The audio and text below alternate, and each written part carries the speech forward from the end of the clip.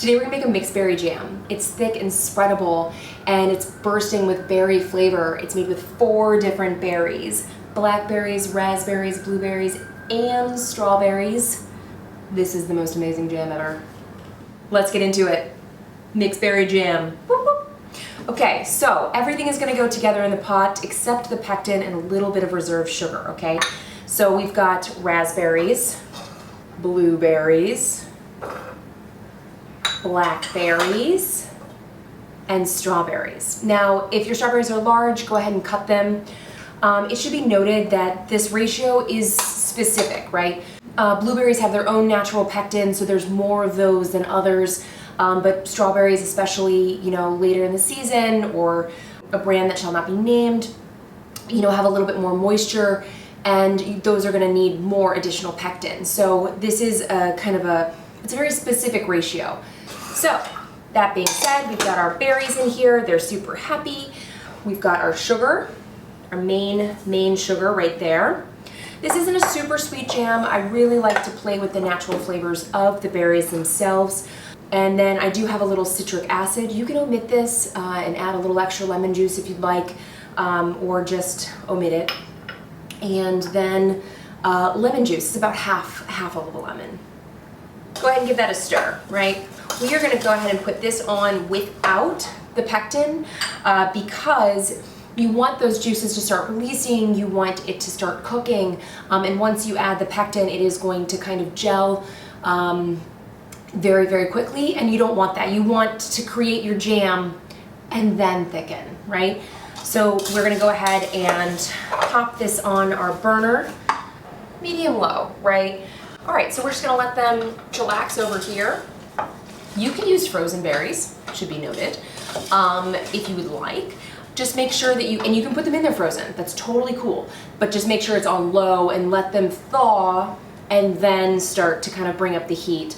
So you wanna make sure that they're kind of releasing their juices and, getting all happy in there without, overcooking or burning or anything like that. So now we wait. I guess technically we could just mix these together. So I've got my pectin here. This is NH pectin, so it's not apple pectin, but you can use apple pectin as well. And then this is just sugar. And we're gonna go ahead and put those together and then get my favorite tool in the kitchen, a baby whisk. And then we're going to whisk it. So the sugar is important because then it will keep it from clumping, because we're gonna add it to a hot liquid, and we don't want to add pectin straight to the hot liquid without a buffer, right? Think of the sugar as separating those granules of the pectin and keeping them from clumping together, because they will never separate, and then you'll have chunks of pectin in your jam, and that is sad. So once your juices have kind of, released, and they start to kind of boil a little bit, but it's still looking super loosey-goosey, right? But once it's kind of like loosened and everything, then you're gonna wanna turn it up to kind of medium, and you're gonna let that boil until it starts to thicken a little bit, right? You want to take your jam to basically as thick as it's going to be before you add your pectin.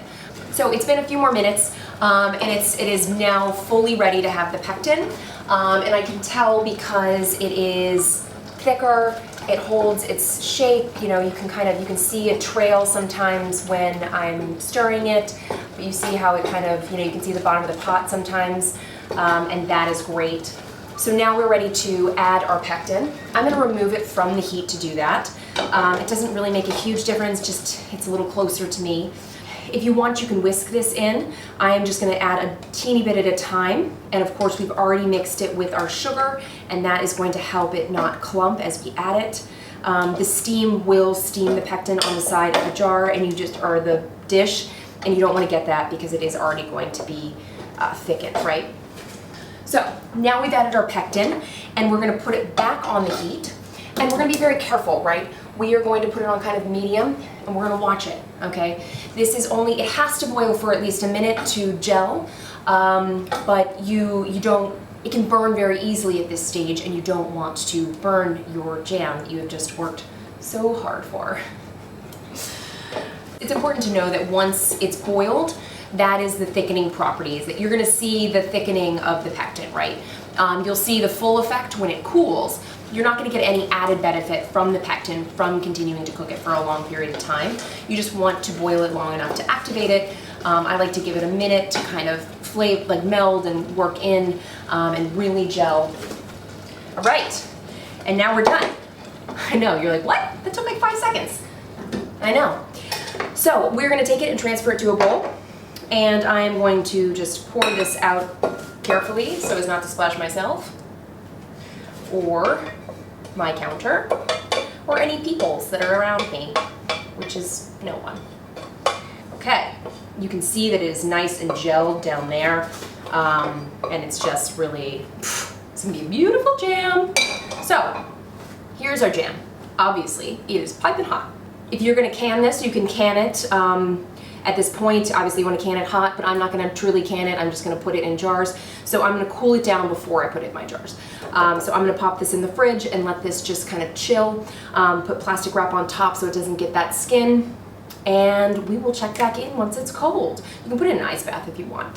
But I don't have any ice because my ice maker's broken, so fun fact. Yeah, now we wait. She's done, yay! And by done, I just mean she cooled. So you can see that it's very thick. This is a thick, nice, spreadable jam. Perfect for any way that you'd normally use jam, like toast or sandwiches. But you can also use this as fillings for cakes or cupcakes, in a lot of sweet aspects as well, because it's so thick and it's not going to, bleed on you or anything. So you can just transfer this to your favorite container. You can use it right away. So if you want a smooth, obviously we chose not to strain this because I wanted a seeded jam.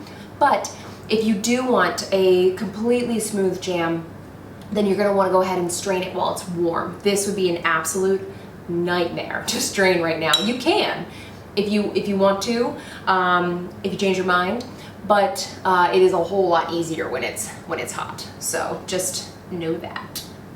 It's time to try. It's like a little bright and tart from the lemon and citric acid, but you still taste all the fruits. And it's like it's a nice amount of sweetness, but it's thick and jammy. It's delightful. Yum. So, mixed berry jam, which I've already probably said, so let's get into it. Take 2. I hear things in my pot, and I don't want to hear things in my pot, so I'm going to turn it down. Of course, now one doesn't want to do it. It seems like not everybody's thinking that far ahead. Sometimes you're like, today I want jam. That's cool. So thick. Okay.